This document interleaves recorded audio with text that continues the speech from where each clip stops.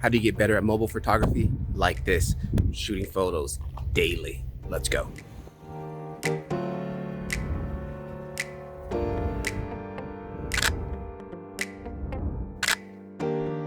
Things that I like to look for when I'm out shooting: leading lines, framing, trying to get something that's framed up in a square and framing it up like that. Lights, shadow, that's my biggest thing, especially on a bright day like this, lights and shadows.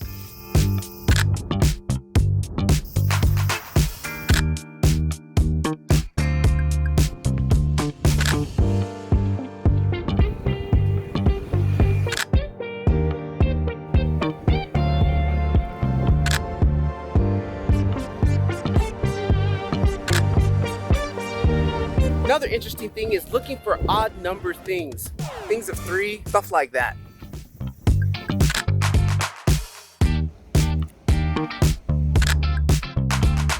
I like to get shots by just looking up.